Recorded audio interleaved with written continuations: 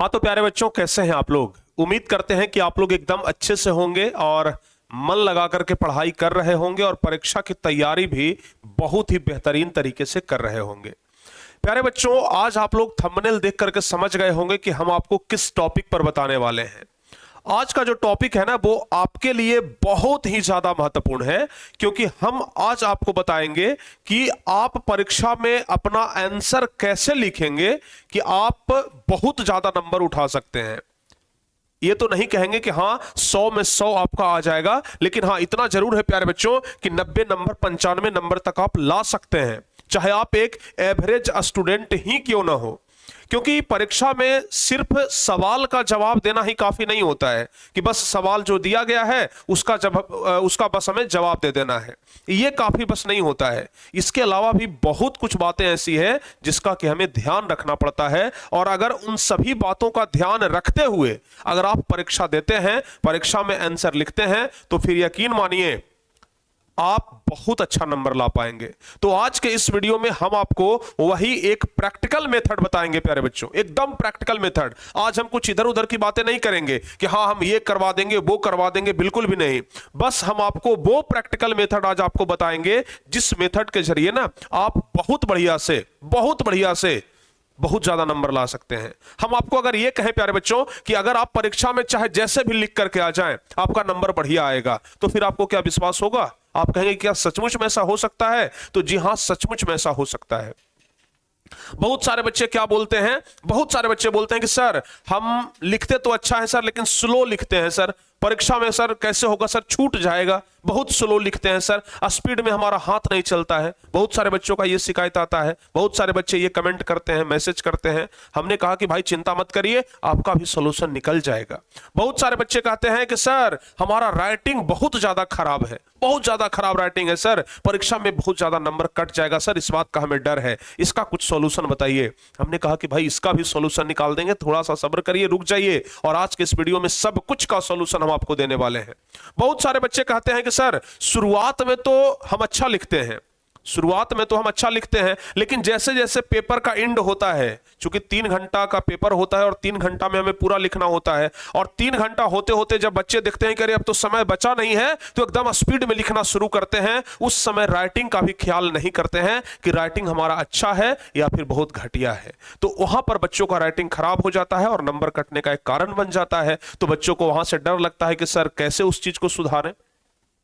या फिर बहुत सारे बच्चे ये भी गलती कर देते हैं कि क्वेश्चन तो लिख लिए और जब पूरा लिख लिए तब पता चला कि क्वेश्चन में गलती है, इसका आंसर गलती है, तब उसको पूरा एकदम काट देते हैं, पूरा एकदम बुकड़ करके काटते हैं, समझ गए ना। तो वहां पर भी क्या नंबर कट जाएगा वैसे लिखेंगे। तो इन सब चीजों पर प्यारे बच्चों आज हम बात करने के लिए आपके सामने आए हैं। तो आज हम मोस्ट प्रैक्टिकल मेथड आपको बताने वाले हैं कि अगर इस मेथड का उपयोग करके अगर आप कॉपी लिखते हैं तो यकीन मानिए आपका बढ़िया नंबर आएगा, ठीक है ना। आपका कभी भी रेड मार्क्स नहीं, प्यारे बच्चों ग्रीन सिग्नल आपको मिलेगा और आप एक बढ़िया नंबर ला पाएंगे, ठीक है ना।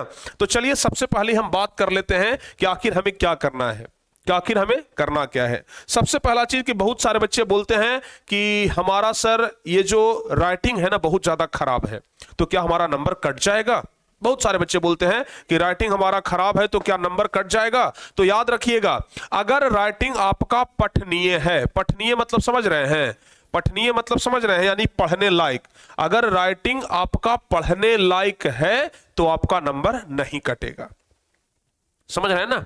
अगर राइटिंग आपका पढ़ने लायक है, जैसे मान लिया जाए कि कोई इस प्रकार से लिख रहा है राम आम खाता है, ठीक है ना, राम आम खाता है। देखिए राइटिंग तो खराब नहीं है लेकिन पढ़ने लायक है। तो अगर आप वैसा लिखते हैं जो कि एक व्यक्ति पढ़ सकता है, ऐसा नहीं कि अगर हम लिखे हैं तो सिर्फ हम ही पढ़ सकते हैं, हमारे अलावा दुनिया का कोई आदमी आ जाए वो पढ़ नहीं पाएगा, तो फिर वैसे में आपका नंबर कट जाएगा, समझ गए ना। लेकिन अगर आपका राइटिंग खराब है लेकिन अगर पठनीय है, यानी कि हमारे अलावा और कोई दूसरा भी स्पष्ट पढ़ सकता है, तो फिर आपका नंबर नहीं कटेगा। बस आप जवाब सही लिख करके आइए, आंसर सही लिख करके आइए, बस वो पढ़ाई हो जाना चाहिए। मतलब जो आप लिखे हैं ना वो कॉपी जांच करने वाला बस पढ़ ले, आपको नंबर नहीं कटेगा, आपका नंबर पूरा पूरा मिल जाएगा। क्लियर है। बहुत सारे बच्चों का यह शिकायत होता है कि सर शुरुआत में तो बढ़िया लिखते हैं लेकिन अंतिम में जाते जाते खराब कर देते हैं। यानी कि जब बच्चे परीक्षा देना स्टार्ट करते हैं ना, जब बच्चे परीक्षा देना स्टार्ट करते हैं तब तो भाई बड़ा एकदम राइटिंग बिठा बिठा करके लिखते हैं, एकदम धीरे धीरे लिखते हैं, और पता चलता है कि अंतिम जाते जाते समय ही नहीं बचा तो बच्चे एकदम रगड़ना शुरू कर देते हैं, जितना स्पीड में हो सके सर कॉपी छीन लेंगे, तो एकदम स्पीड में लिखना शुरू कर देते हैं और इस चक्कर में उनका राइटिंग खराब हो जाता है।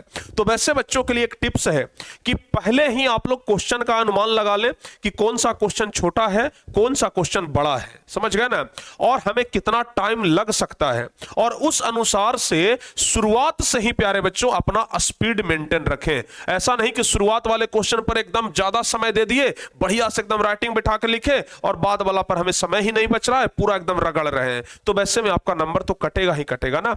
आंसर जानते हैं, आंसर सही लिखे हैं, लेकिन बस रगड़ करके आ गए हैं, तो कॉपी जांच करने वाले को भी पता नहीं चलेगा कि आप क्या रगड़े हैं कि क्या लिखे हैं, वैसे में आपका नंबर कट जाएगा।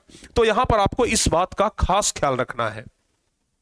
उसके अलावा बहुत सारे बच्चे क्या करते हैं, जो हम आपको बताते हैं, नंबर कटने का एक दूसरा कारण भी हो सकता है कि जो कॉपी जांच करने वाला होता है बाबू, उसको सुबह से लेकर के शाम तक कॉपी जांच करना होता है, ठीक है ना। आप कॉपी तो लिख करके आ गए, लेकिन अब कॉपी जांच करना है टीचर को, समझ गए ना।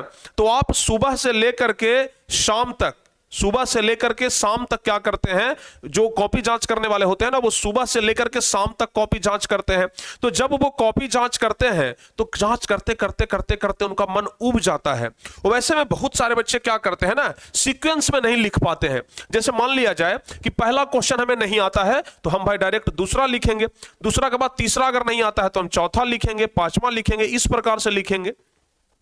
लेकिन बहुत सारे बच्चे क्या गलती कर देते हैं कि सीक्वेंस में ना लिख करके उल्टा पुल्टा लिखते हैं। जैसे उनको अगर छठा नंबर क्वेश्चन सबसे हल्का लग रहा है तो छठा नंबर सबसे पहले लिख दिए, बाद में पता चला कि उनको पहला नंबर क्वेश्चन भी आता था तो छठा के बाद फिर पहला नंबर लिख दिए, फिर पता चला कि नहीं भाई तीसरा नंबर भी जानते हैं तो तीसरा लिख दिए, और बाद में फिर पता चला कि नहीं 14वां नंबर एक बैग लिख दिए हैं, समझ गए ना।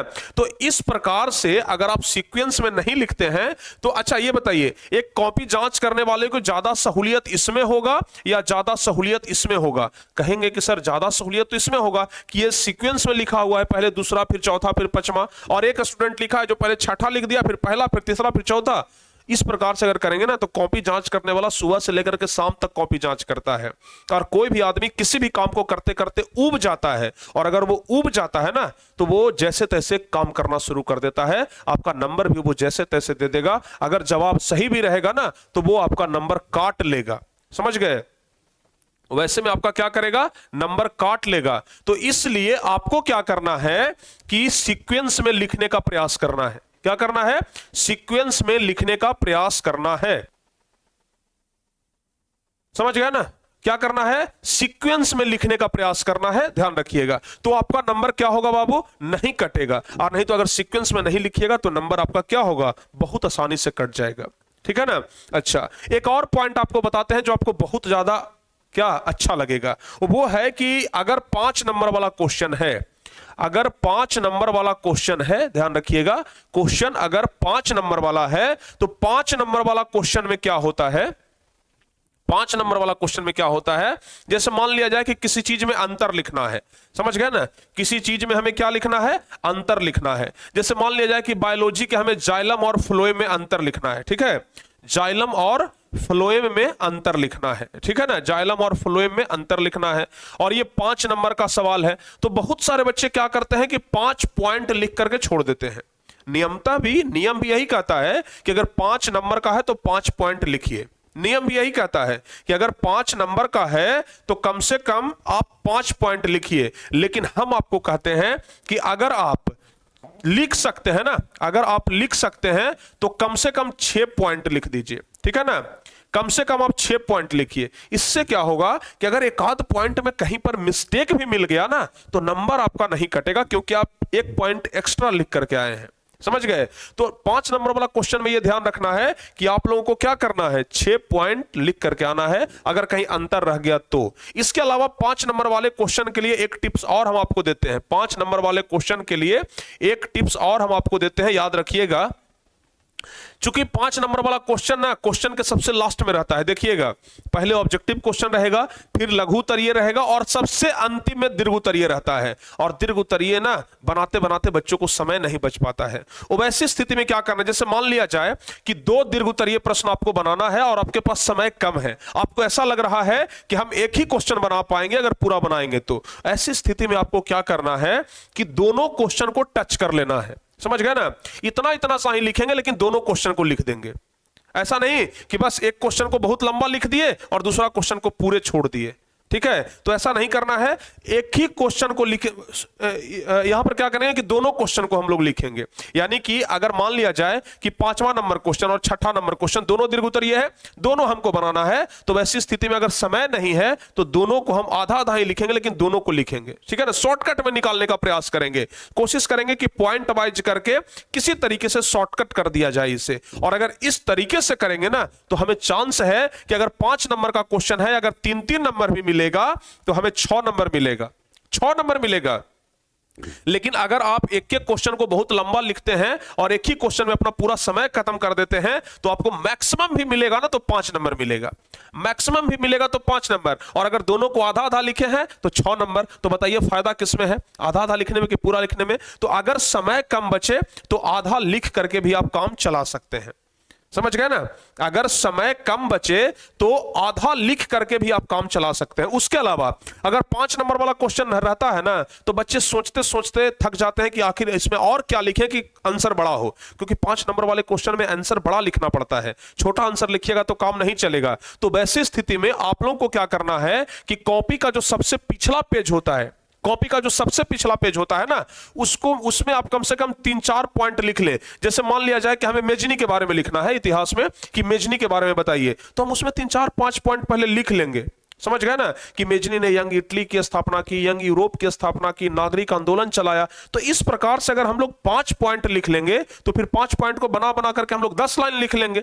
समझ गए ना, 5 पॉइंट को बना बना करके हम लोग 10 लाइन लिख लेंगे और तब जाकर के दीर्घ उत्तरीय पूरा हो जाएगा।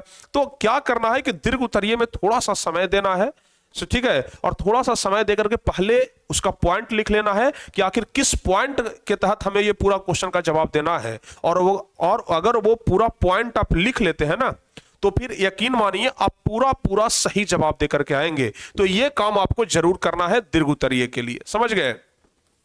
तो ये सब कुछ टिप्स हैं, समझ गए ना, जो कि प्रैक्टिकल टिप्स है, इधर उधर की बातें नहीं है, ये कर देना है, वो कर देना है, अच्छा कर देना है, नहीं, बस ये सब प्रैक्टिकल टिप्स है, प्रैक्टिकल मेथड है कि अगर आप ये सब करते हैं, अगर आप ये सब करते हैं तो एक बढ़िया स्कोर ला सकते हैं।